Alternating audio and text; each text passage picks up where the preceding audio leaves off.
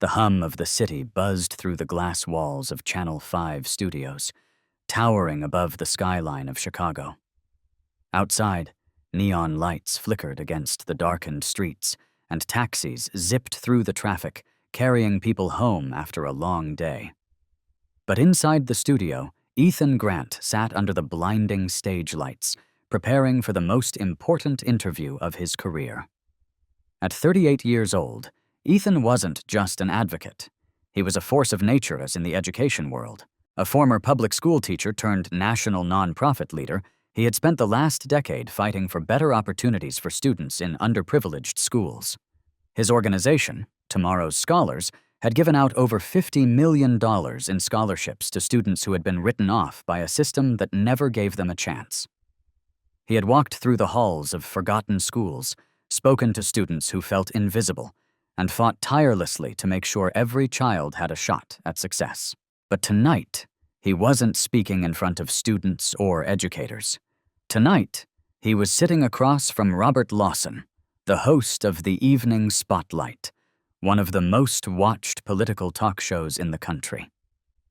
Lawson was infamous for his sharp tongue, relentless questioning, and his habit of tearing apart guests who dared to challenge his views. Ethan knew what was coming. He had spent years preparing for this fight, and he wasn't backing down. The setup for a showdown. Ladies and gentlemen, welcome to the Evening Spotlight. The cameras zoomed in on Robert Lawson, his expression smooth but sharp, like a knife gliding through silk. Tonight, we have with us a man who claims to be revolutionizing education, a man who believes that students from certain communities deserve special treatment. A slow, calculated pause. Ethan Grant, welcome to the show. Ethan didn't flinch. Thank you, Robert. I'm excited to talk about the work we're doing to change lives. The audience clapped politely, but there was an underlying tension in the room, the kind that comes before a storm. The first strike. For the first few minutes, the conversation remained civil. Ethan spoke about his journey, from a struggling teacher in an underfunded public school to building a national movement for change. He described students who had beaten the odds, young minds that had once been dismissed as statistics, but had gone on to become doctors, engineers, and leaders. Lawson nodded, listening. But Ethan could feel it coming. And then, just as the audience leaned in, captivated, the trap was set. Ethan, let's talk about your scholarship program, Lawson said, leaning forward. Tomorrow's Scholars is specifically designed for students from low-income minority backgrounds. Isn't that, well, exclusionary? The audience shifted. Ethan smiled, because he had heard this question before. Not at all, Robert, he said smoothly. What we're doing is addressing a need. If a house is on fire, do you hose down every house on the block, or do you start where the flames are? Some in the audience nodded, murmuring in agreement. But Lawson wasn't done. I hear you, Ethan, but isn't that just another way of saying you're picking favorites? Why not help everyone? Why only focus on minority students? The moment hung in the air. Ethan didn't blink. Robert, let me ask you this. When a hospital treats a patient with a life-threatening injury, do they treat everyone in the waiting room first, or do they save the person who's bleeding out? A wave of applause broke through the studio. Lawson's smile tightened. And just like that, the game had changed. A battle of ideals. Lawson wasn't one to let control slip through his fingers. He leaned back, crossing his arms, his voice smooth but edged with challenge. You say you're helping students overcome barriers, but aren't you just reinforcing a victim mentality? At what point do we stop making excuses and start telling kids to work harder? Ethan's jaw tightened, just slightly. This was the same tired rhetoric he had fought against his entire career, and he was done with it. He leaned forward, his eyes locked on Lawson's. Robert, you seem to love the idea of working harder, so let's talk about that. The studio fell silent. Let's talk about the kids in my program who wake up at 5 a.m. because their schools are an hour away, because their neighborhood schools were shut down. Let's talk about the students who do their homework by candlelight because their power got cut off. Let's talk about the kids who want to work harder but are carrying weights on their shoulders that others don't have to carry. A murmur spread through the audience. Ethan wasn't finished. We love to talk about pulling yourself up by your bootstraps. But let's be honest. Some kids weren't given boots. Some were given boots with holes in them. And some had their boots taken away before they could even walk. The audience erupted into applause. Lawson gritted his teeth. For the first time, the host, who was always in control, was losing ground. The moment that broke the internet. Lawson tried to recover. That's an interesting perspective, Ethan. But doesn't focusing so much on race divide us further? Shouldn't we focus on unity instead of differences? Ethan smiled, but this time it wasn't just a smile. It was a warning shot. Robert, ignoring differences doesn't create unity. It creates silence. The audience leaned in. You can't build a bridge without acknowledging the river that separates people. You don't heal a wound by pretending it isn't there. And you don't fix a broken system by acting like it's already fair. Another thunderous round of applause. Lawson was outmatched. His polished smirk faltered for a split second before he forced out a strained laugh. Well, Ethan, you certainly came prepared. Ethan chuckled. Always. The aftermath, a moment that sparked a movement. The interview went viral. Clips of Ethan's words flooded social media. Ignoring differences doesn't create unity. It creates silence. Some kids weren't given boots. Some had their boots stolen. You don't fix a broken system by acting like it's already fair. By morning, #EthanGrant was trending. By afternoon, donations to tomorrow's scholars skyrocketed. By evening, universities and politicians were discussing real policy changes. One interview, one conversation, and the world had been forced to listen. A call to action. Be the change. This isn't just about Ethan Grant. It's about every student who has ever been told they don't belong. It's about every person who has been told to work harder without being given a fair chance. If you believe in real change, if you believe in breaking barriers, if you believe in fighting for a fair system, then take action. Like this video to support Ethan's mission. Comment below. What changes do you think need to be made in education? Subscribe to this channel for more powerful stories that challenge the status quo. Because this fight isn't over, and your voice is part of it. The night was crisp, the Chicago skyline glowing under the stars, but inside the grand hall of the Adams Foundation Gala, the air was thick with tension. At the center of the event stood Ethan Grant, a man whose very presence commanded attention. At 38 years old, he was more than just a former teacher. He was the architect of hope for thousands of students across the country. His organization, Tomorrow's Scholars, had helped underprivileged students, kids who had been ignored by a system that never expected them to succeed, secure scholarships, mentorship, and a real chance at a future. But tonight, none of that mattered. Because tonight, his entire initiative was on the line. The Adams Foundation, one of the wealthiest philanthropic organizations in the country, was considering pulling their funding from his program. And their reasoning? Your program focuses too much on minority students. We believe scholarships should be for everyone. It wasn't about fairness. It was about power. And Ethan was about to find out just how much people in power hated to see the underprivileged rise. The first blow.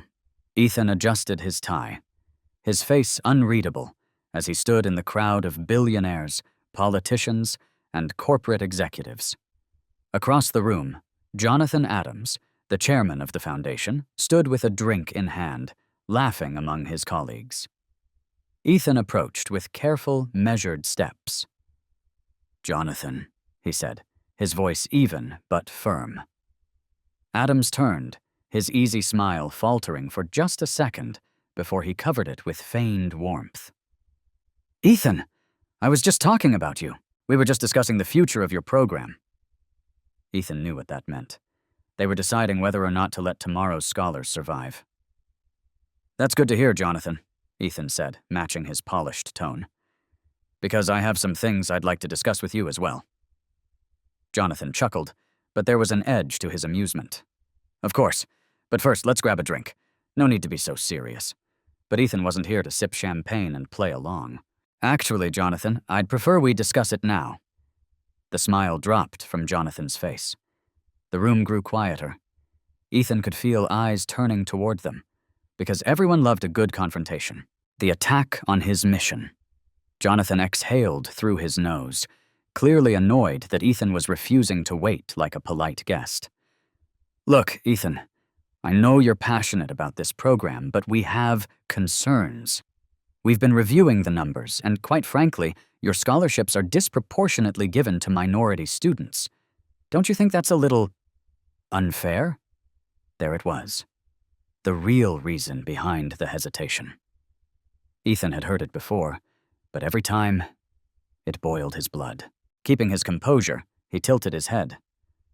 Unfair? He echoed. Are you suggesting that fairness means ignoring the fact that these students have historically been denied opportunities? Jonathan forced a chuckle, trying to brush off the weight of the question. I'm saying that we need to focus on all students, Ethan, not just one group. What about fairness for everyone? Ethan could feel people leaning in now, listening. Good, because he was about to make a point that no one in this room would forget, the moment that shifted the room. Ethan took a slow step forward, his voice steady but sharp as a blade. Jonathan, let me ask you something. A pause. If a school bus full of children crashes and half of them are critically injured, do you give every single child the same treatment? Or do you treat the ones who are bleeding out first? The murmurs in the room intensified. Jonathan's jaw tightened, but Ethan wasn't finished. That's what we're doing. We're treating the kids who've been ignored, who've been left behind, who've been told they have to work twice as hard just to be seen as equal. He let that sink in. If you have a problem with that, Jonathan, then maybe your issue isn't with fairness. Maybe it's with who gets to succeed. The audience stirred. Someone clapped. Then another. And then, to Jonathan's horror, half the room erupted into applause. The final blow. Jonathan was cornered, and he knew it. His lips pressed into a thin line as he straightened his suit jacket. That's a very passionate argument, Ethan.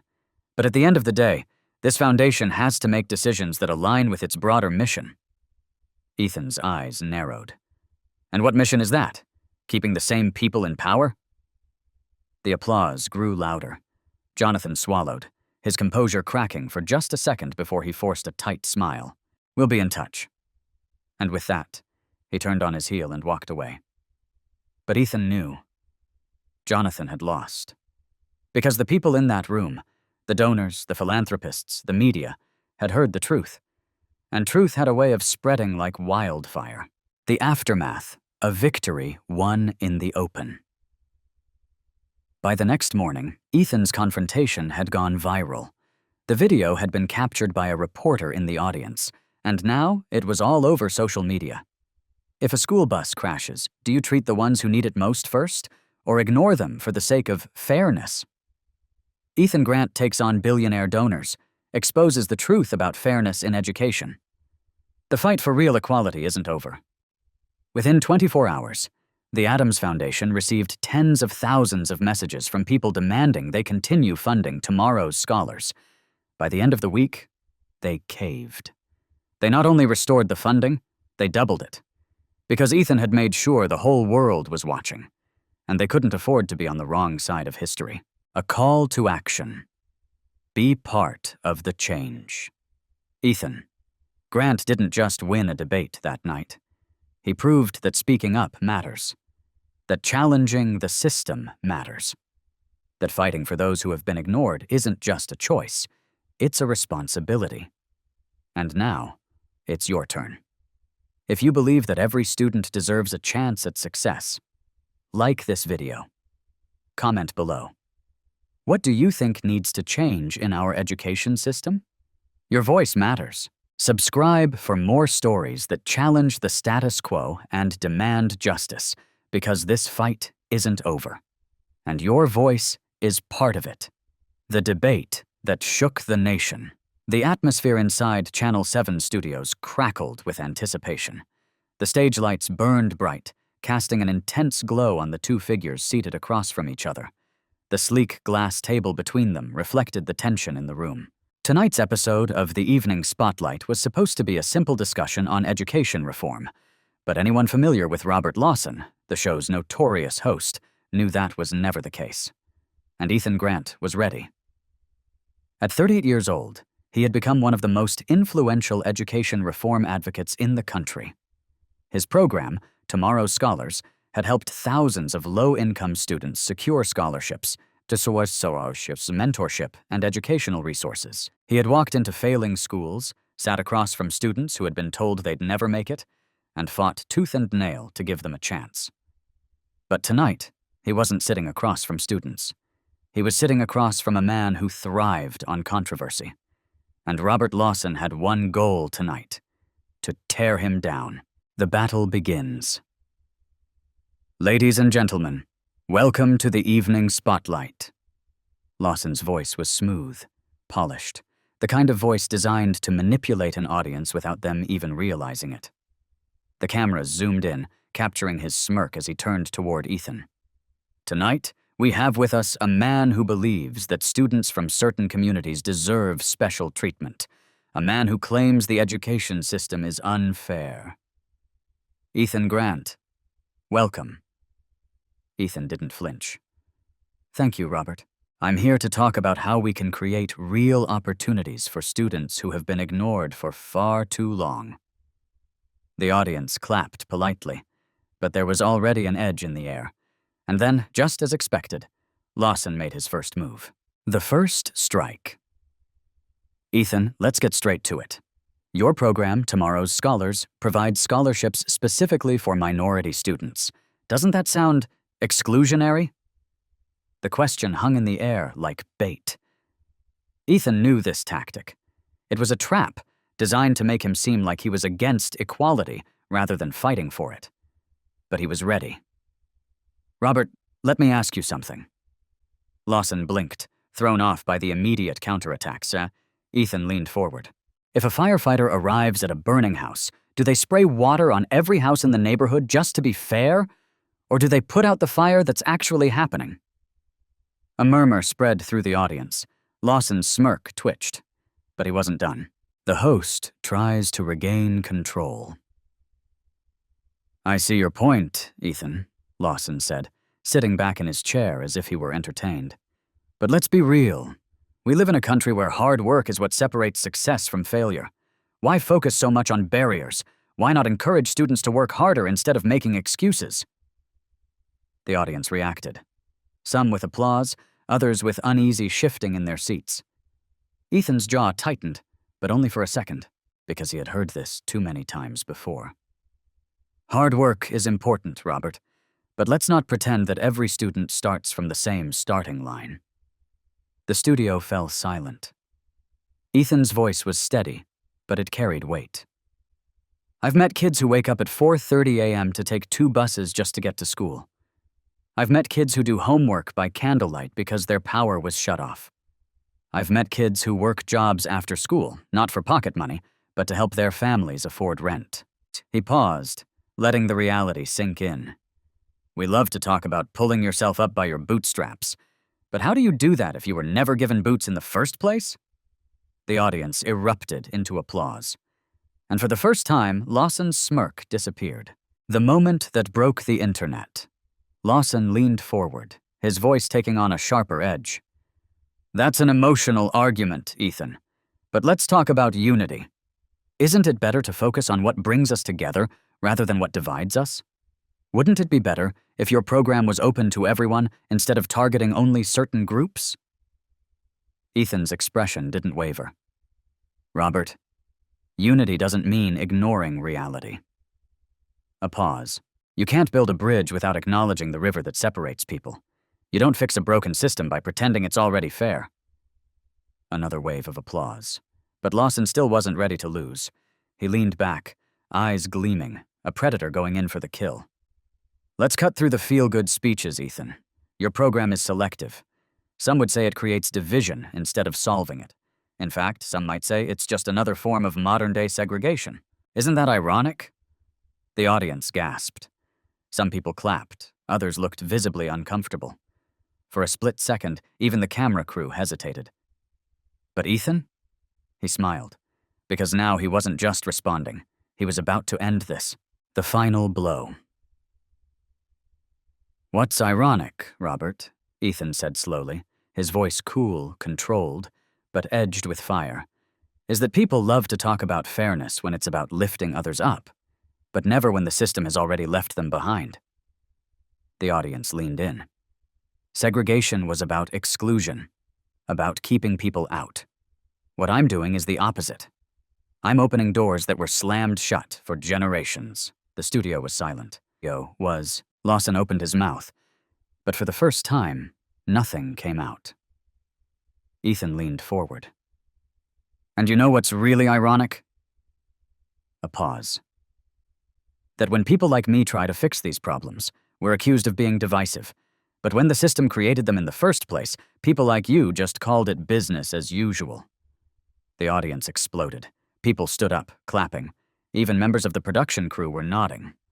Lawson sat there, his face blank, struggling to regain control. But it was too late, because the debate was over. The aftermath, a nationwide movement. Within hours, the interview was trending. Clips of Ethan's words flooded social media. "You don't fix a broken system by pretending it's already fair." Some kids weren't given boots. Some had their boots stolen. When we try to fix injustice, suddenly it's divisive. But when the system created it, no one said a word. By the next morning, @Ethan Grant was the top trending topic on Twitter. Donations to tomorrow's scholars skyrocketed. Colleges reached out, offering additional funding. And most importantly, people started having real conversations about privilege, education, and opportunity. All because one man refused to stay silent. A call to action. Your voice matters. Ethan didn't just win a debate that night. He changed the conversation. And now, it's your turn.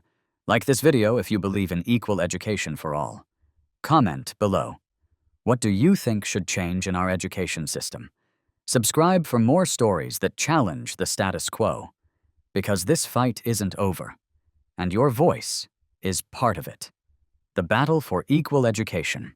One voice against the system.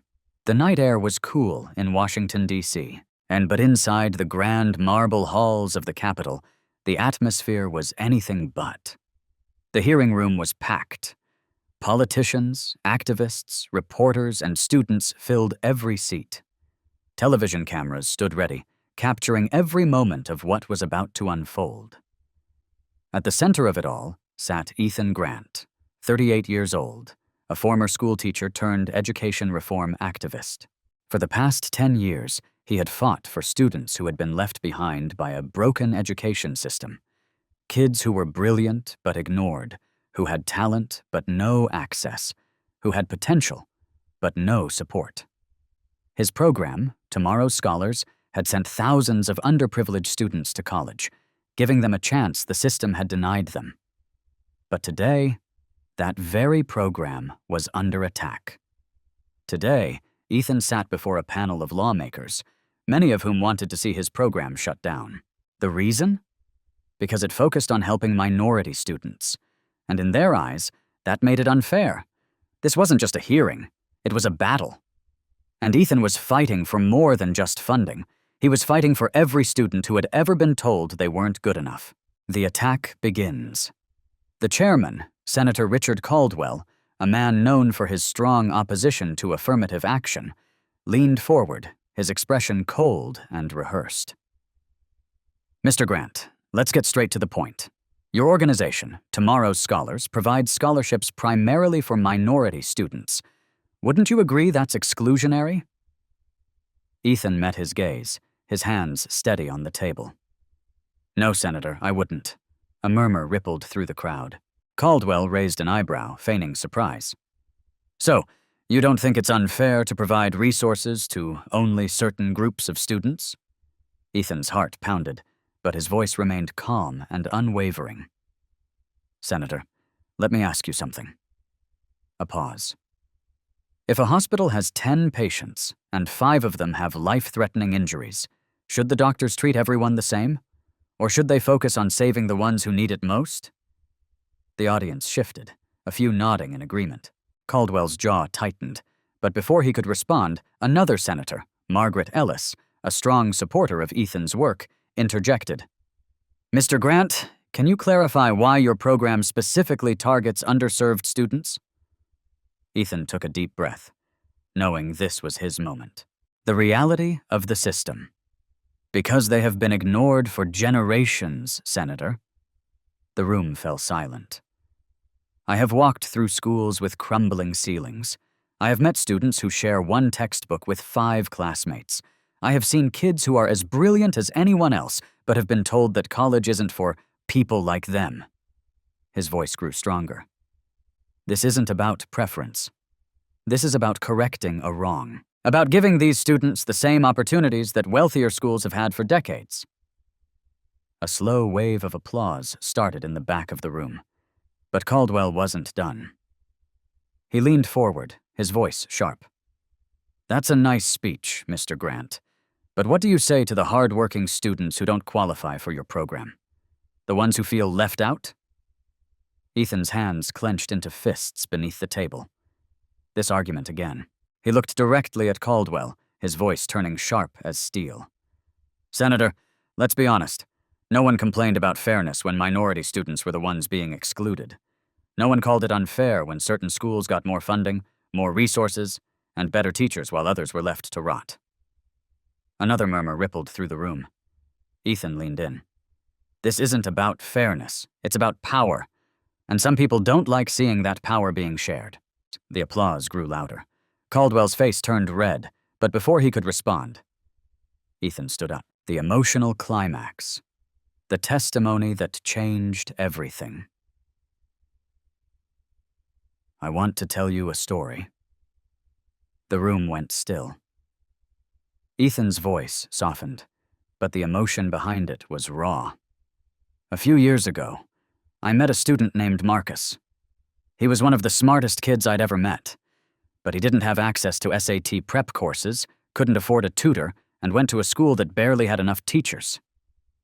He took a breath. Marcus applied to 5 colleges. He got rejected from all of them, not because he wasn't smart enough, but because he was never given the same chances as students in wealthier districts. The audience was silent now. Caldwell shifted uncomfortably. Ethan's voice grew stronger. I started tomorrow's Scholars for students like Marcus, and last year, because of our program, he got a full scholarship to Howard University.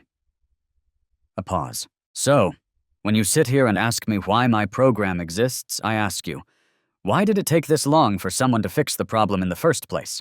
The room erupted into applause. Reporters scribbled furiously. Even some of the politicians on Caldwell's side looked conflicted. But Caldwell?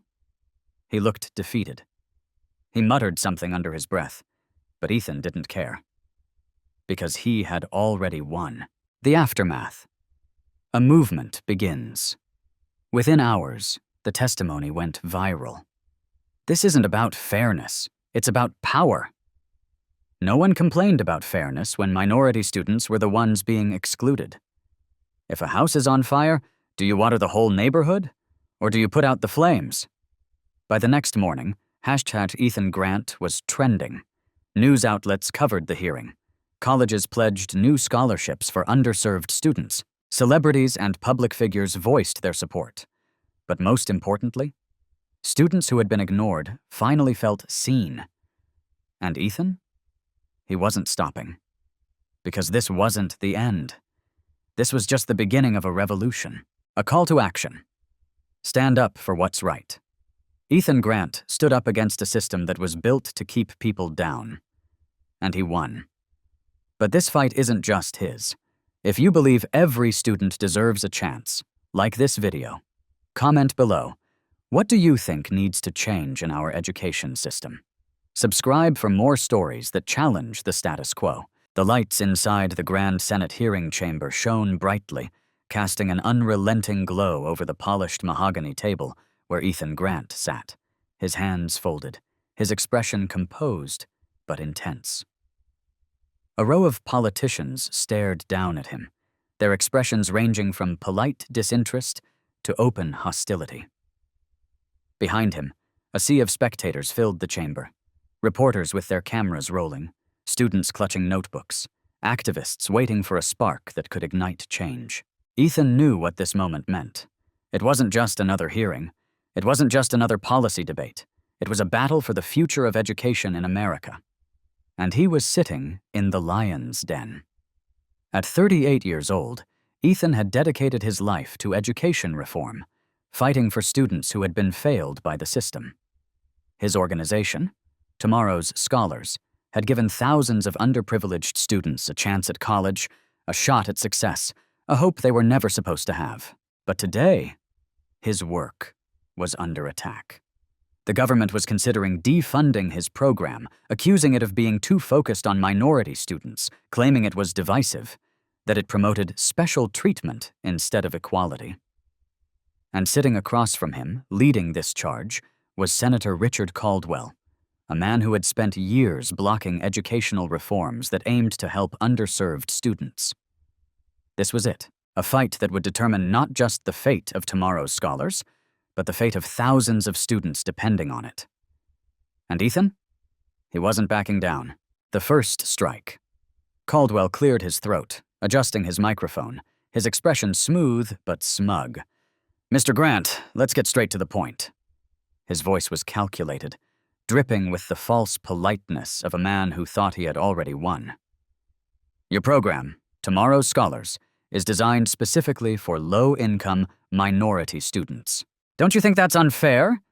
Shouldn't all students, regardless of race, have an equal opportunity to receive help?"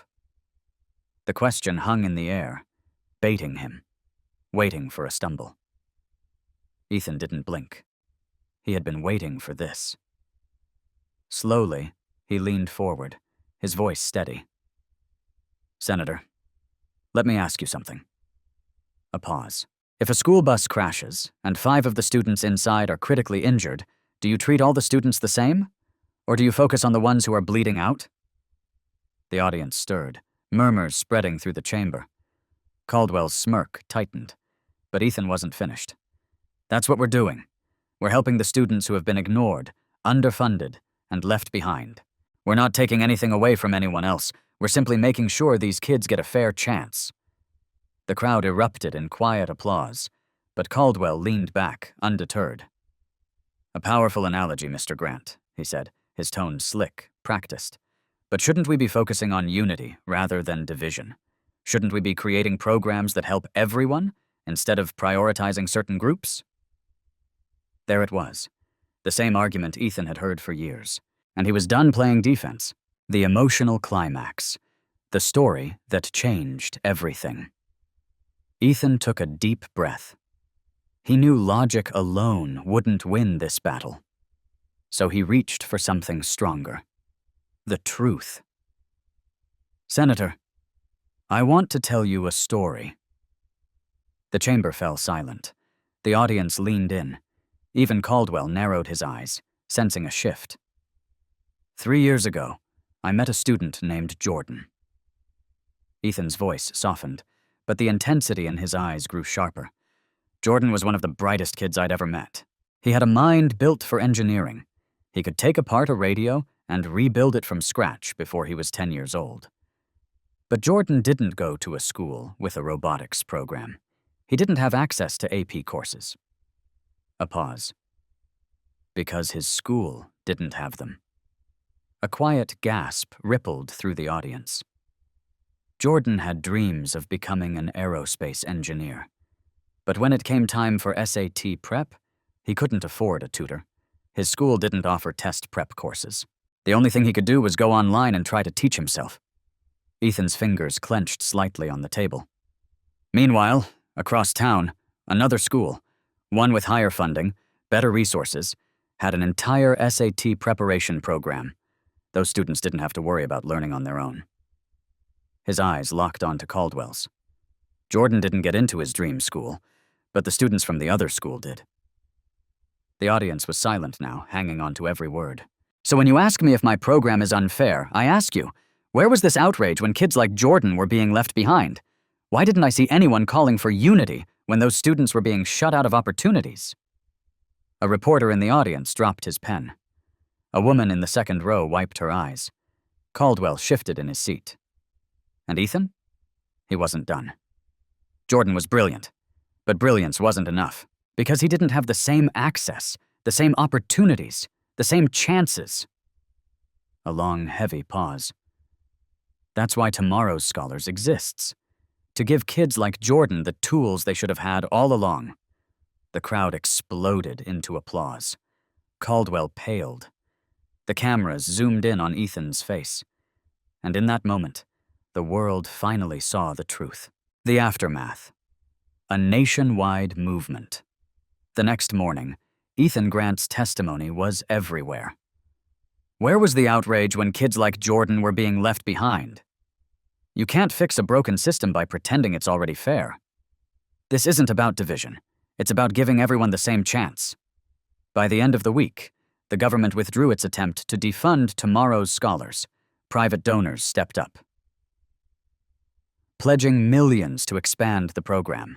High schools across the country started implementing new college prep initiatives for underserved students. But most importantly, students who had been ignored, dismissed, and overlooked finally had hope. And Ethan? He wasn't stopping. Because this wasn't just about a single victory. It was about changing the system for good. A call to action. Stand with Ethan Grant. Ethan Grant stood up against a system that was built to keep certain students down. And he won. But this fight isn't just his. It belongs to every student who has ever been told they don't belong. It belongs to every parent who has had to fight for their child's education. It belongs to you. If you believe every student deserves a fair chance, like this video, comment below. What do you think should change in our education system? Encourage Ethan's fight. Subscribe for more stories that challenge the status quo. Because the fight for fairness isn't over, and your voice is part of it. A fight against the system, one teacher's battle for his students. The rain pounded against the windows of the dimly lit classroom, each droplet echoing through the empty halls of Jefferson High School. At the front of the room, Ethan Grant sat at his desk, hands steepled, his eyes scanning the stack of failing test scores in front of him. The papers felt heavy in his hands, not just because of the ink on the page, but because of what they represented. Another class of students being set up to fail. Another year of brilliant young minds being discarded by a broken system. Ethan had been teaching for 10 years, and each year it was the same fight. Underfunded schools, outdated textbooks, students full of potential but abandoned by policymakers who didn't see them as worth the investment. But this year, it was different. Because this year, they were threatening to shut the school down completely. And if that happened, the students who had nowhere else to go, the ones who depended on this school as their last chance, would be left with nothing. He took a slow breath, pressing his fingers against his temples. The school board meeting was in 1 week, and he had exactly 7 days to convince them that Jefferson High deserved to stay open. But deep down, he knew the truth. The decision had already been made, and it had nothing to do with academics. It had everything to do with money and politics. And if Ethan didn't do something drastic, something that would force the world to see these students, then Jefferson High would become just another forgotten name on a list of schools that had been erased. A system designed to fail. The next morning, Ethan walked through the halls, his footsteps echoing on the cracked linoleum floors. The school felt different now, as if it already knew its fate. In the cafeteria, the lights flickered, and he could hear the hum of a faulty generator struggling to keep the power running. In the classrooms, students huddled together, wearing jackets inside because the school's heating system had been broken for months. He passed by Jordan, one of the brightest students in his class, staring at a malfunctioning laptop with a cracked screen, struggling to complete his college application. The school was falling apart. And the worst part? The district had made it this way on purpose. They had slowly drained funding, year after year, until the school was so run down, so underperforming, that shutting it down looked like the only logical option. Ethan clenched his fists. They weren't shutting Jefferson down because it had failed. They were shutting it down because they wanted it to fail. Because closing down the school would free up land for new developments, new projects, new opportunities, for everyone except the students who actually needed help. And they expected him to just accept that. They expected him to stay quiet. But they were wrong. Because Ethan Grant wasn't going down without a fight. The impossible task. You can't be serious. Across the desk, Principal Diane Carter sighed, rubbing her temples. Ethan, I admire your passion, but do you really think you can change their minds? The school board has already made their decision. This meeting is just a formality. Ethan's jaw tightened. Then we make them change their minds. Principal Carter leaned back in her chair, arms crossed. And how do you plan to do that? They have statistics, test scores, and budget reports that all support shutting us down. What do we have? Ethan's voice hardened. We have our students. Diane exhaled sharply. Ethan, no, listen to me, Diane. They've spent years painting our school as a failure, but they've never actually met the students they're failing. We need to put faces to these numbers. We need to show them who they're abandoning. He leaned forward, determination burning in his eyes. If we can get the public to see what's happening, we can make this a fight they can't ignore. Silence stretched between them. Then, finally, Diane shook her head and sighed. You really don't know how to quit, do you? Ethan smirked. Never. The plan that changed everything. For the next 6 days, Ethan worked harder than he ever had before. He gathered testimonies from students, recorded videos, collected personal stories, documented every success story Jefferson High had produced. He got parents involved, held community meetings, called local reporters. And most importantly, he made sure the students had a voice. By the night before the school board meeting, the entire city was watching. News stations were running stories. Hashtags were trending online. People who had never even heard of Jefferson High were suddenly invested in its fight to survive. And as Ethan stood in front of his students that night looking at the hopeful faces that had once felt invisible, he realized something. They had already won, because no matter what happened tomorrow, the world was finally listening. The showdown. The school board meeting was held in a packed auditorium, standing room only. Ethan sat in the front row, his students beside him.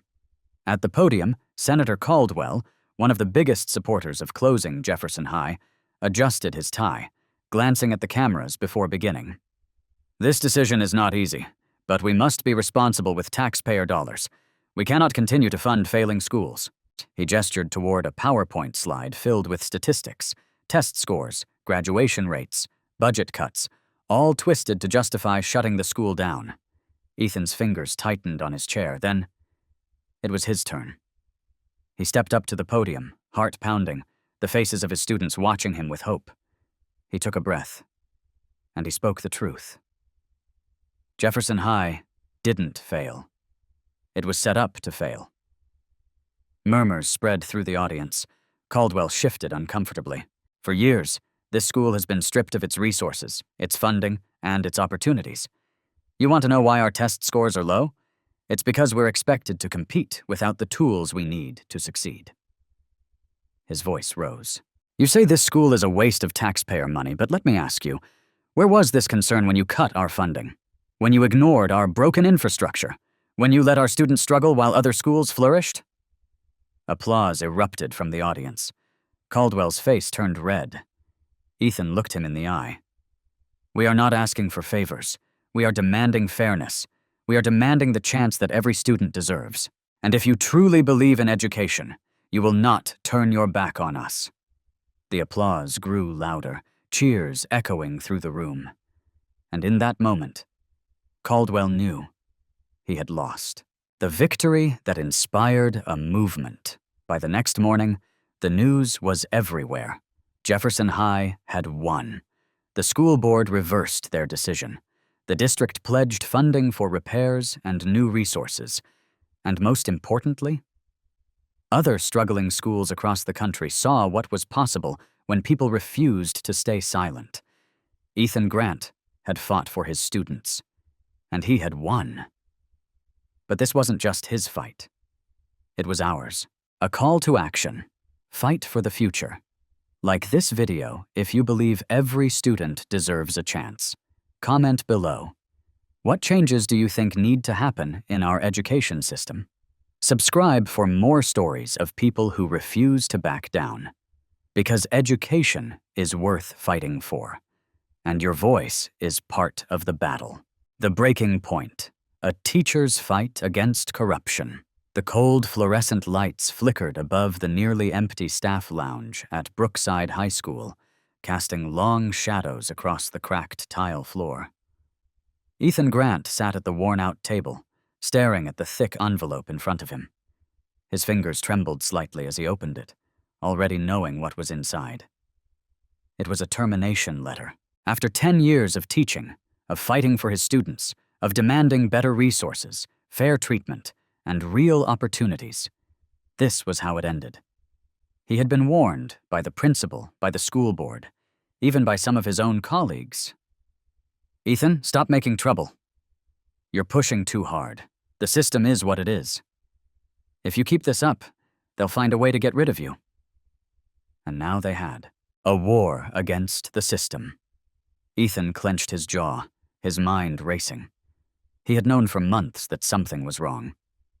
The district had been quietly cutting funds from Brookside, redirecting the money to wealthier, better-performing schools across town. Meanwhile, his students sat in freezing classrooms, sharing outdated textbooks and struggling on broken computers while being expected to perform at the same level as students in schools with every possible advantage. Ethan had spoken up. He had written letters, attended board meetings, confronted politicians, and he had started digging deeper. That was when he had found the documents. Records proving that millions of dollars meant for Brookside had been funneled into real estate projects, lining the pockets of school officials instead of funding students' education. When he exposed it, the retaliation came fast. Classroom inspections, unannounced observations, false accusations about his teaching, and now, this letter. But as Ethan sat in that silent lounge, staring at his own dismissal, he knew one thing for certain. They had made a mistake. Because if they thought firing him would stop him, they didn't know who they were dealing with. A community rises. The next morning, Ethan arrived at Brookside to clear out his desk. As he walked through the halls for what could be the last time, he saw the faces of his students, some already whispering, some staring in disbelief, and others outright angry. By the time he reached his classroom, a crowd of students had gathered outside, and at the front of them stood Jordan Carter, one of his brightest seniors. Jordan shoved a crumpled piece of paper into Ethan's hand. A petition. "Mr. Grant, you're not leaving." Ethan looked up, his heart pounding. "Jordan, no, listen." Jordan's voice shook with emotion. "We know what's happening. We know they don't care about us. But you do. And if they think we're just going to let them take you away, they're wrong." Ethan's chest tightened as he looked at the petition. Hundreds of names. Students. Parents. Even some teachers who had been too afraid to speak out before. And then Jordan handed him something else. A flash drive. "We have proof." Ethan's breath caught. "Proof?" Jordan nodded. "We found the emails. The school board. They knew the money was missing. They covered it up." Ethan's hands trembled. This was bigger than him, and now there was no turning back. The battle for the truth. That night, Ethan met with a small group of students and parents in a packed community center. He plugged the flash drive into his laptop, projecting the files onto the wall. Gasps filled the room. Bank transfers, fraudulent invoices, internal memos instructing officials to reallocate funds, a direct trail of corruption. "We take this public," Ethan said, his voice firm. "But we do it the right way. We go to the press, we go to the people." But before he could say another word, his phone buzzed. A blocked number. A message. "Drop this! Walk away, or else!" Ethan stared at the screen. The room fell silent. "Mr. Grant!" Jordan's voice wavered. Ethan looked at the faces around him, people who had spent their whole lives being silenced. And then he made a decision. We go forward, no matter what. The moment that changed everything. The next morning, the story hit the news. School district accused of diverting millions from underserved schools. Leaked emails suggest cover-up at highest levels. Brookside High teacher fired after exposing fraud. It spread like wildfire. Parents protested outside the school board's office. Reporters demanded answers. And the corrupt officials? They panicked. That evening, Ethan received another call. This time it wasn't anonymous. It was Superintendent Robert Klein, the man at the top of the chain. His voice was cold and calm. "Ethan, let's be reasonable. You've made your point. We'll reinstate you. We'll restore some funding. Just drop this." Ethan's grip on the phone tightened. That's not enough. A pause. "What do you want?" Ethan's voice was steady as stone. "I want full transparency. I want independent audits. I want every stolen dollar returned to these students. And I want every person involved in this to resign." Silence. Then Klein chuckled. "You think you've won, don't you?" Ethan's eyes darkened. "I know I have." And then he hung up. Justice served. By the end of the week, the entire district was under investigation.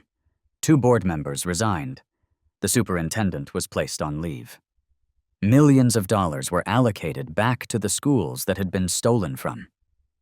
Ethan was reinstated as a teacher and promoted to lead a new education reform initiative. But the biggest victory? His students had learned that their voices mattered, that they didn't have to accept injustice, that when they stood together, they could change the world. A call to action. This fight is far from over. Ethan Grant stood up against corruption, and he won. But this isn't just one school's story. It's happening everywhere. Schools are being defunded, students are being ignored, communities are being left behind, and the people in power count on us staying silent. Let's prove them wrong. Like this video if you believe every student deserves a fair chance. Comment below. What do you think should change in our education system? Subscribe for more stories that challenge the status quo. Because this fight isn't over, and your voice is part of it. The price of truth. A teacher's stand against corruption. The storm outside mirrored the chaos inside as Ethan Grant gripped the edges of the podium in the packed school board meeting hall. The air was thick with tension, the overhead lights buzzing faintly as he looked at the sea of angry faces before him. Half of the crowd was furious parents, students, and teachers rallying behind him. People who had finally found their voice after years of being ignored, underfunded, and dismissed. The other half? School board members, district officials, and their wealthy allies, all of whom had spent years bleeding the education system dry and were now desperate to silence him. Ethan took a deep breath, steadying himself. This was it, the final battle. And he wasn't just fighting for his job anymore. He was fighting for the future of every student who had ever been denied a fair chance. The unraveling of a conspiracy. It had started with a single missing budget report. A small red flag buried in the hundreds of documents Ethan had been reviewing late one night, long after his students had gone home. Brookside High, where he had been teaching for the last 10 years, had been suffering from crippling budget cuts for years, leaking ceilings, broken computers, outdated textbooks from 2 decades ago. The district's excuse? There just isn't enough funding. But the numbers didn't add up. And when Ethan dug deeper, what he found shattered him. Millions of dollars, meant for struggling schools like Brookside, had been quietly reallocated, not to other schools, but to luxury district offices, real estate projects, and private investments. They weren't just failing the students. They were stealing from them. Ethan had brought his findings to the school board immediately, expecting outrage, expecting action. Instead, he was shut down, threatened, and then, 2 days later, he was fired. Officially, for inappropriate behavior, a vague, baseless accusation they hoped would discredit him. Unofficially, for exposing the truth. But if they thought firing him would keep him quiet, they had no idea who they were dealing with. The call for justice. Ethan had turned to the people. He rallied parents and students, exposing the scandal in a fiery speech that went viral overnight. News outlets picked up the story, and within days, a full-blown movement erupted. A demand for transparency, accountability, and justice. The district tried to suppress it, claiming it was all misinformation, that Ethan was just a disgruntled former teacher looking for attention. But the evidence was undeniable. Leaked emails, falsified reports, video testimonials from teachers, staff, and even former district employees who confirmed Ethan's findings. And then, the final nail in the coffin. One of the school board members, David Langston, flipped. A man who had been deep in the corruption but too spineless to take the fall alone, he had turned over confidential documents, audio recordings, and memos that left no room for doubt. Brookside High, and countless other struggling schools across the district, had been systematically starved of funds while executives lived in luxury. And tonight, at this school board meeting, Ethan was going to make sure the world heard the truth. The showdown. Ethan's voice was calm, but filled with fire as he faced the board members who had tried to destroy him. For years, you've told us that there wasn't enough money to fix our schools, that there wasn't enough funding to give our students the opportunities they deserved. His gaze locked onto Superintendent Robert Klein, the man at the center of it all. And yet, here we are, looking at documents that prove you had the money all along, that you chose to spend it on yourselves while students sat in freezing classrooms using textbooks older than their parents. The crowd erupted in outrage, parents shouting, students holding up protest signs. Superintendent Klein leaned into the microphone, his voice ice cold. Mr. Grant, I suggest you tread carefully. Making baseless accusations in a public forum can have serious consequences. Ethan didn't blink. Oh, I agree, Mr. Klein. That's why I came prepared. He pulled a USB drive from his pocket and held it up for the cameras. This contains every stolen dollar, every falsified report, every lie you've told this community. And in about 5 minutes, it's going live on every major news outlet in the country. The entire room exploded. Cameras flashed. Reporters rushed forward, demanding statements. Klein went pale, turning to his legal team, whispering furiously. But Ethan wasn't done yet. He turned to the audience, his students, his fellow teachers, the parents who had spent years fighting a system designed to keep them powerless. They want us to believe that we don't matter, that our children's futures don't matter, that they can keep taking from us, and we'll just sit back and accept it. He slammed his hand on the podium, his voice rising. But they were wrong. The crowd erupted, a roaring wave of cheers, chants, and pure defiance. This wasn't just his fight anymore. It was theirs. The aftermath. Justice is served. The fallout was immediate and brutal. Superintendent Klein was arrested on charges of embezzlement and corruption. 2 school board members resigned before they could be investigated. The governor called for a full audit of the entire district's finances. Brookside High, and every school that had been starved of funding, received millions in restitution. And Ethan? The district offered him his job back. With a hefty salary increase, full control over a new education reform initiative, and a promise of policy changes. But Ethan wasn't interested in going back to business as usual. Instead, he launched the Educators Alliance, a nationwide watchdog group dedicated to exposing corruption in education, holding officials accountable, and ensuring that no school was ever robbed of its future again. Because this fight? It wasn't over, and it never would be, until every student in every classroom had the same chance at success. A call to action. Stand up for education.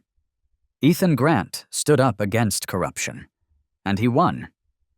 But this isn't just one man's story. It's a story happening in schools across the country. Like this video if you believe every student deserves a fair chance. Comment below. What do you think should change in our education system? Encourage Ethan's fight. Subscribe for more stories that challenge the status quo.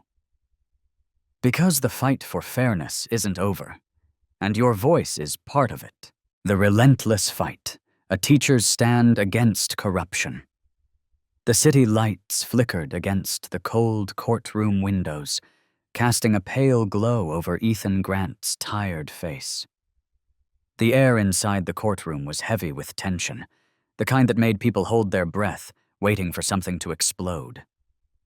Ethan sat at the defendant's table, his wrists aching from the too tight handcuffs, his heart pounding against his ribs like a war drum. Across from him, dressed in an expensive navy blue suit, was Superintendent Robert Klein, the man who had orchestrated the greatest educational fraud the district had ever seen. A man who had stolen millions of dollars meant for struggling schools, a man who had destroyed careers, crushed futures, and expected to get away with it. And yet, somehow, Ethan was the one on trial. His crime? Daring to expose the truth, framed for speaking out. Ethan had known from the moment he exposed the corruption that there would be consequences, but he had never expected them to arrest him. The charges were manufactured, claims of unauthorized access to district records, defamation, and even inciting public disorder. In reality, they were desperate attempts to silence him. They wanted to make an example of him. They wanted every teacher, every parent, every student who had rallied behind him to see what happens to those who challenge the system.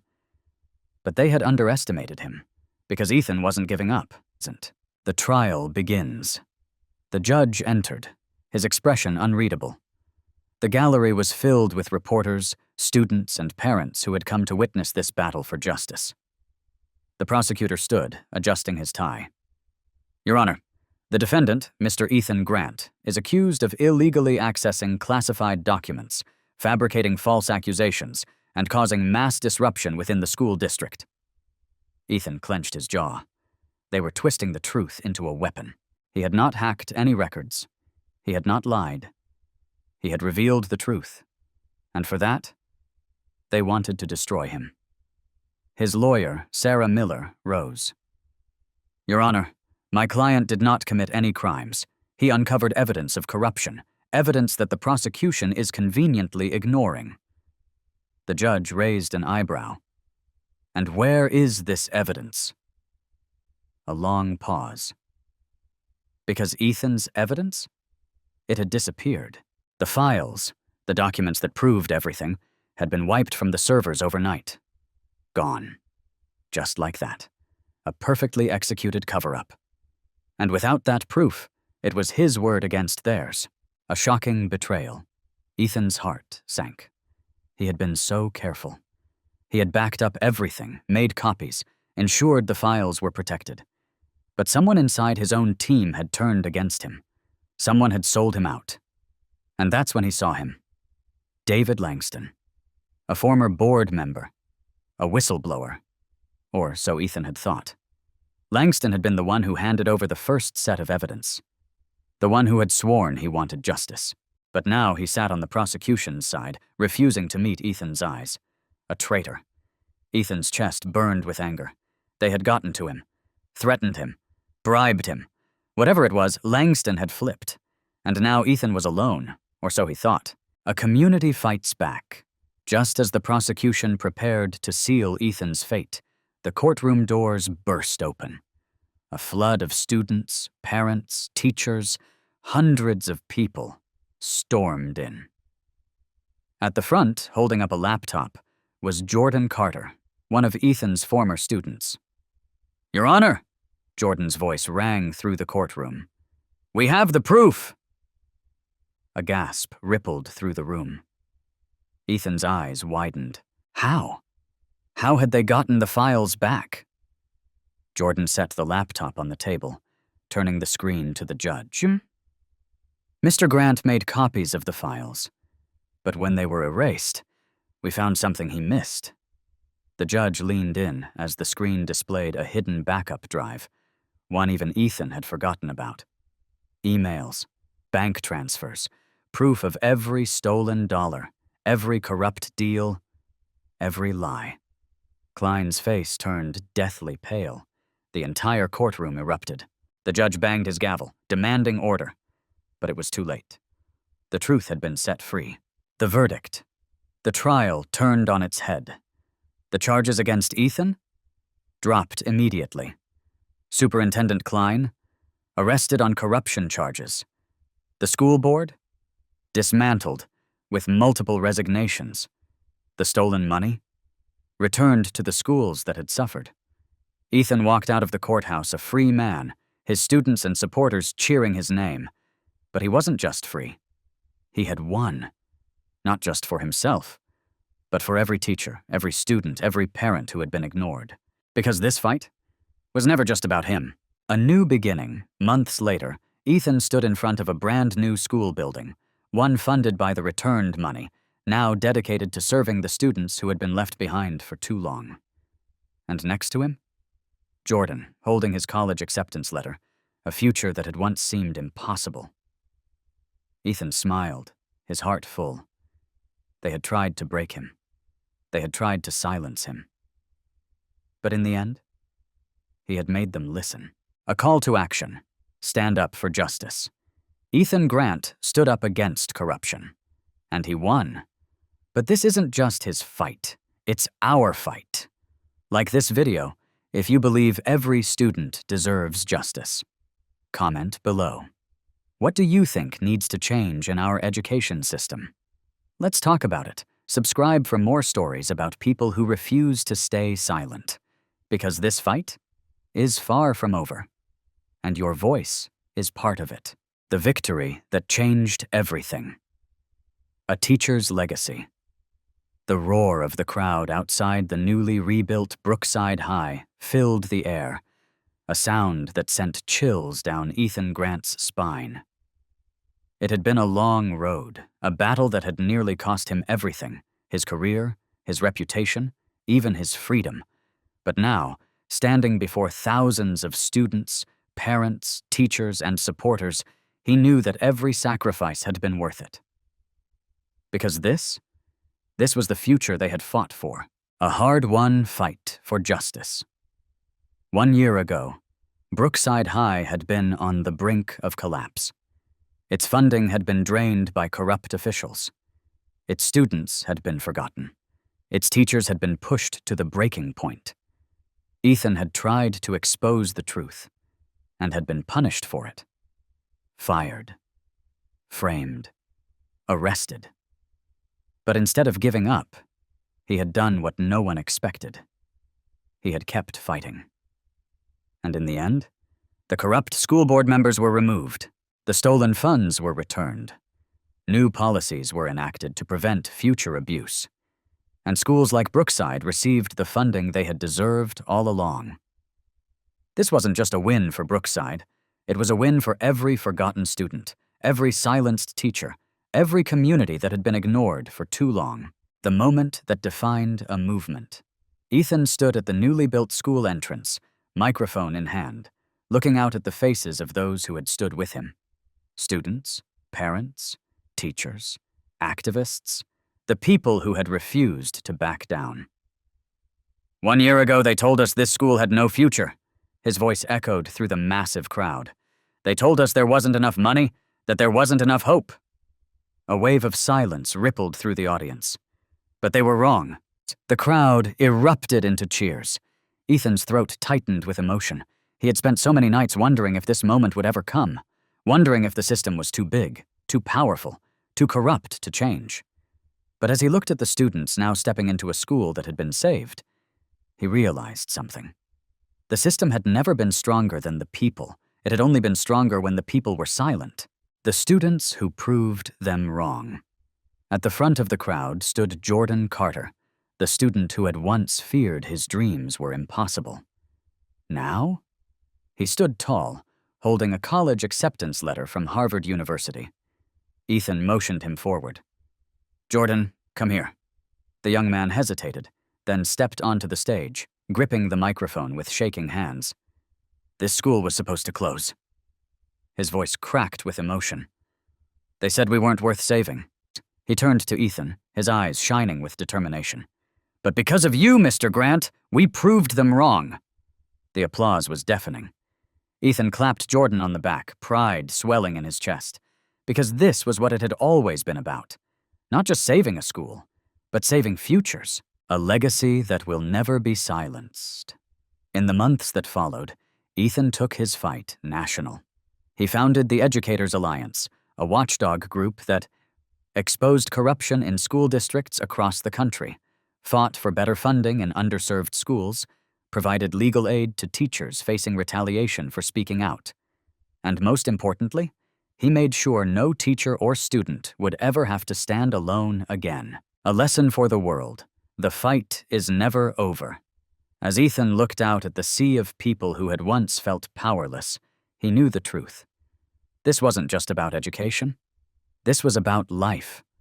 Because the fight for fairness, for justice, for what is right, is never truly over.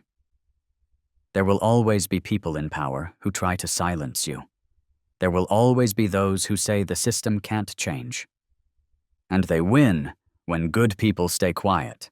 But when people stand together, everything changes. A call to action. Be part of the change. Ethan Grant refused to stay silent.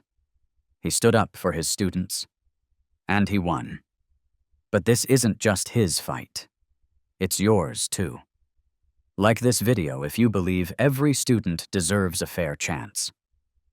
Comment below. What do you think needs to change in our education system? Let's talk about it. Subscribe for more stories about people who refuse to back down. Because the fight for justice isn't over. And your voice is part of it.